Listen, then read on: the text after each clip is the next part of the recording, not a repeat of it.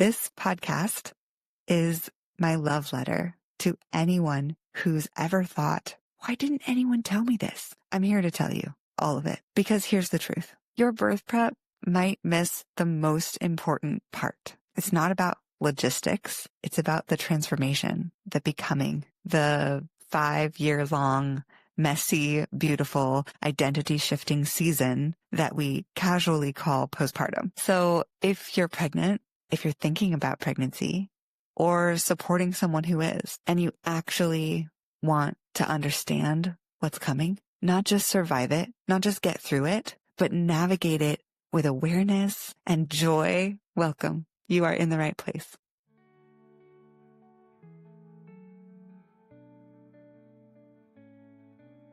Hello and welcome to the Be Well Baby podcast.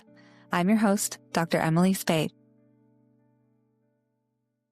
If you are planning to take that 3-hour hospital birth class at 35 weeks and call it good, this episode is for you, because you deserve to know way more than what to pack in your hospital bag. Don't get me wrong. I love those classes. They cover the basics, positions, breathing, a few slides about pain management. Depending on who you get, maybe they talk about comfort measures and a huge overview of interventions. And yes, all of that matters. But what no one tells you is that there are things that you could be doing right now at 10 weeks pregnant to prepare your body for labor and birth.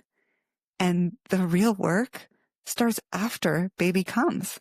So what happens to your body when the adrenaline fades? What if feeding is really hard? What happens to your brain when your hormones reorganize themselves overnight? I'll tell you what, it's hot flashes, a lot of night sweats, but we'll have a whole episode on that.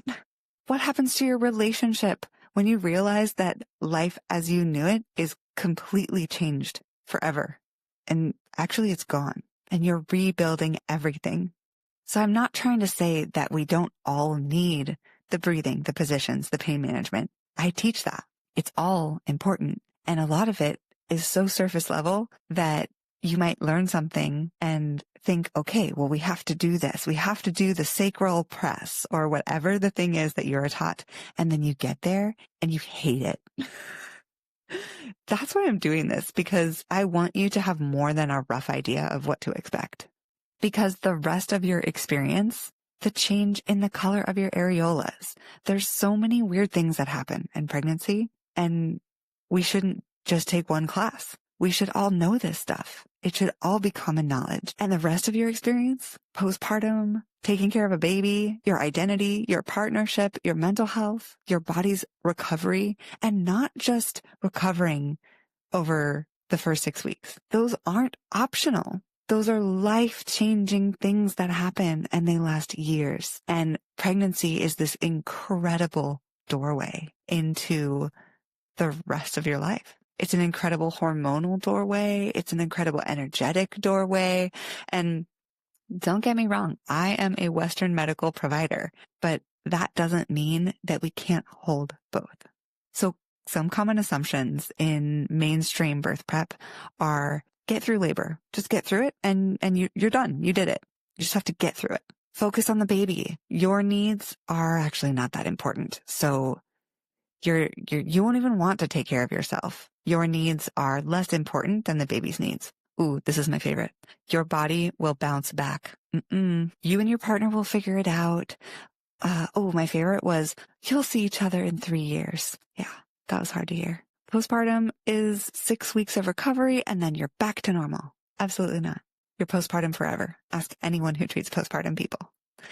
And yet the reality is so different. So yeah, let's talk about the reality. The reality is your brain is literally rewiring itself. Neuroplasticity after birth is profound. And when I say neuroplasticity, I mean your brain is changing so much. It's changing so much. So know that, accept that. Your body is recovering for years. Like I said, absolutely not 6 weeks. Your partnership is shifting in ways that you may never have anticipated. I remember one time when my partner said to me after the birth of our third baby, wow, I can really see how two people who love each other so much just can't make it work as parents. Your identity is being rebuilt from the ground up. Family dynamics are changing, relationships are evolving, sex, intimacy, mental health, mental load, everything looks different than you expected. So if you're nodding along, that's because this is the part that often blindsides parents, and it's exactly what your birth prep is missing. I need to tell you guys about the Cerise Chill because it absolutely changed the way that I feel about pumping. First of all, it's so slick. It's basically a cooler that you pump into. It has all these different parts that fit together to form different cups, and then it all fits back together to keep your milk cold forever. I took 4 of these things with me across the country, and it kept my milk absolutely cold and actually started freezing it. So the Cerise Chill, I'm not even going to say more. You should just go check it out. There's a link in the show notes if you want to learn more. After a few years of working in the neonatal ICU as a doctor of physical therapy, supporting little babies in their development, I found myself asking the question, why don't people know this? Why don't new parents know anything about their babies? Why aren't they talked to about the real possibility that their birth will not go as planned? Why are people trying to put their heads under a rug and just figure it out when the baby comes? Why isn't it common knowledge that a 38-week, 39-week-old baby can have really serious feeding difficulties when most providers will tell you, oh, at 37 weeks, your baby's term.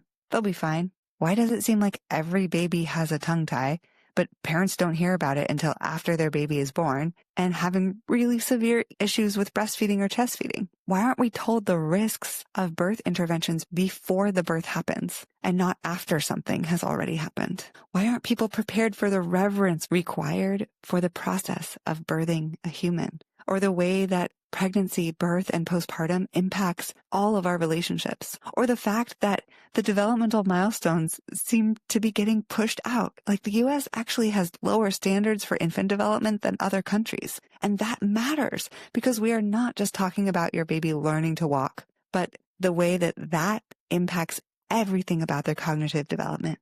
Or the fact that pediatricians will tell you your baby's head turn preference will resolve itself, when in reality, even a mild head turn or head tilt can be so impactful for a baby's development.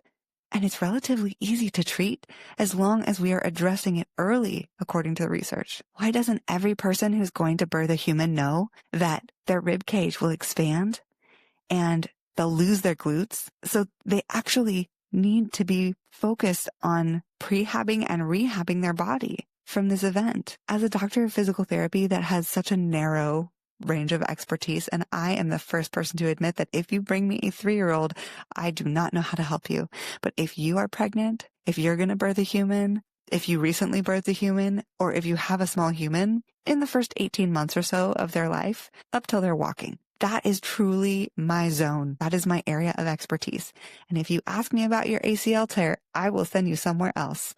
But as a result of this very narrow range, some of this stuff seems super obvious to me. So please stop me if you don't understand. And I know you're probably in your car right now, but whenever you get the chance, just DM me at BeWellBabyPDX or shoot us an email at hello@bewellbaby.org so we can answer you, because I absolutely want to answer any of your questions. I want you to hold me accountable. Hopefully it'll be a quick answer, but sometimes the answer will be, you should come hang out with me every week in the Beyond Birth Blueprint. So back to some of those things that seem obvious to me. First of all, our bodies are designed for birth. Our babies are designed to develop along a very specific trajectory. So what's happening? Why are people less afraid of medical interventions than they are of no medical intervention? Why are babies tight and uncomfortable in their little baby bodies? And what can we do throughout pregnancy? Because yes, there is so much you can do just even starting right now to mitigate the risk that your baby will be in a funky position for birth. I'll just tell you one because it's so important. And if you want, I will do a whole episode on this. So if you're sitting in a bucket seat and your pelvis is tucked under and you are driving to work, and then you walk in, you get to work, and you take a seat. And again, you sort of slump into your low back. more and more throughout the day. And then you get back in your car. And again, posterior pelvic tilt. And what I mean by that is that your pelvis is tucked under. So if you think about your pelvis as a bowl, you can tilt it backwards where any water would fall back, or you can tilt it forwards. So any water would fall forwards. Another way that I test this, if you think about your sits bones. So if you put your hands underneath you and you find the bones that you're sitting on, those are your ischial tuberosities. Cute, right? If you move them forward, you're tucking your pelvis, posterior pelvic tilt. If you move them backward, you are giving yourself an anterior pelvic tilt.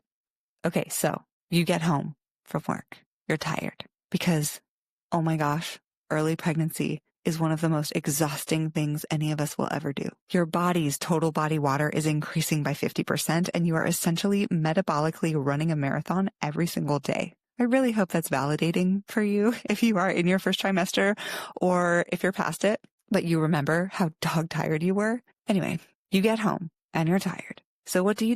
You sit on the couch and you lean back. Now, imagine you do that every day for 40 weeks.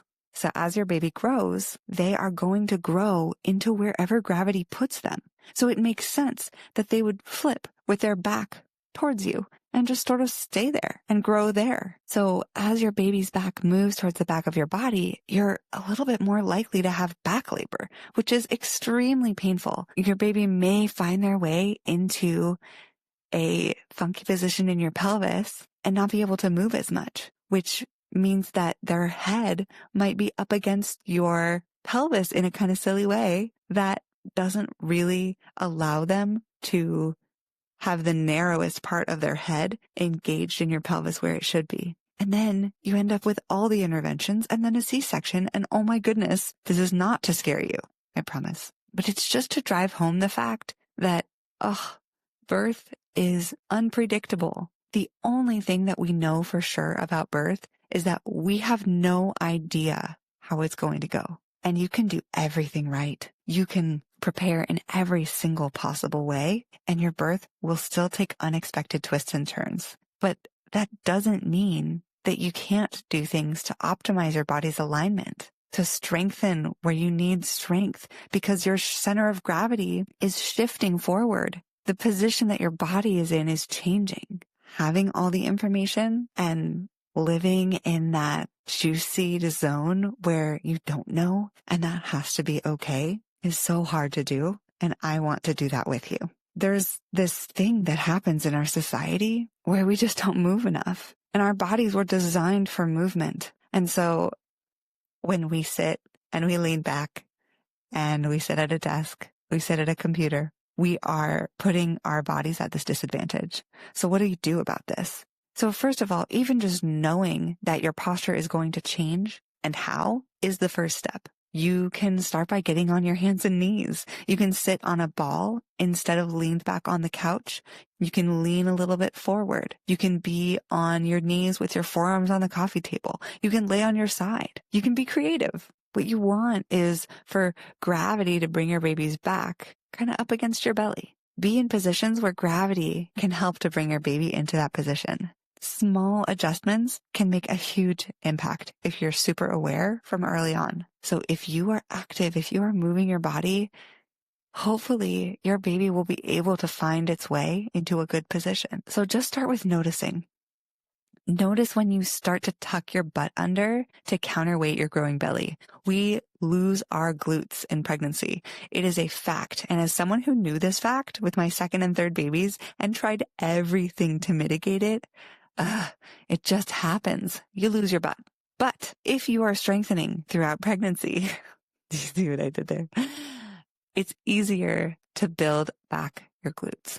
So that's just one example, but it illustrates a bigger point. Your body, your baby, and your labor are all influenced by factors that most birth prep classes never mention. They don't have the chance to because we don't do our birth prep till well into a pregnancy. I think there's a lot of fear around loss or something coming up at the 20-week anatomy scan, but I really believe that being prepared can help you with everything, with all of it. So I guess my real question is this: why do we just have to survive? Why can't we thrive? So that is one of the reasons that I created the Beyond Birth Blueprint. Because even if you are planning a home birth, you should have the option to be fully prepared for an abdominal birth. And even if you want an induction, you should know all the information about how it might impact feeding and make a truly informed decision, not one based on fear. No one ever plans to go to the NICU. I know that. But sometimes you learn early in your pregnancy that it's likely you'll end up there. So why not know what that could be like? I worked there, and it can actually be a really lovely place if you know how to navigate it. And I just wish everyone had an expert in their pocket, because every situation is truly unique. And if you ask any clinician who's an expert in this area, they will always tell you it depends. So being able to ask someone, in my case, what is happening, and get an answer is so valuable. So the other thing that you can do now is get support early. Listen to this podcast. Don't wait until something goes wrong to learn. The other piece of advice I have for you is to think beyond your labor. Ask yourself, what does my body need? And then, of course, as someone who is so passionate about babies, I really, really wish that parents knew all of the things that I know about babies. So getting education in what your baby is going to be like as a newborn. The newborn phase doesn't last that long, but it lasts a lifetime inside those first few weeks postpartum. It's so intimate. It's so tender, and it's worth it to feel really and truly prepared to meet your baby. You are entering a lifetime of learning, adjusting, and thriving. And if you're already postpartum and you're listening to this is also for you. In fact, you might be listening to this postpartum because you wish you had more information prenatally. So this podcast is really a window into the work that I do with clients in the Beyond Birth Blueprint. We cover the whole transformation: brain, body, identity, relationships, babies, breastfeeding, chest feeding, everything. So if you've listened this far, I want you to know it is more than okay for you to have questions. Sometimes I talk about something that no one seems to know about, but my goal with this is that this stuff becomes common knowledge. Tell your friends. If anything I said is ever not clear, or you want me to dive deeper, DM me on Instagram at BeWellBabyPDX, or email me at hello, HELLO, at BeWellBaby.org. I will answer whenever I can. It's sometimes quick, sometimes in depth, and sometimes I'll just invite you to join me in the Beyond Birth Blueprint because your questions make me know that you are the right fit for our community. In the next episode, I am talking with Barb Buckner Suarez about the neuroscience of your brain through pregnancy and after birth. We are going to learn about the massive rewiring that happens, how it impacts your identity, your partnership, and your parenting, and maintaining a connection with your partner throughout this wild transition, breaking generational cycles, and promoting secure attachment, and making all of it seem actually really accessible. Every time I talk to her, I realize I'm being too hard on myself. It's a conversation I had for Beyond Birth, and I felt like the world needed to hear it. So thanks for listening. And if you're ready to go beyond basic birth prep and actually understand what's happening to you and your baby, stick around. You are in the right place.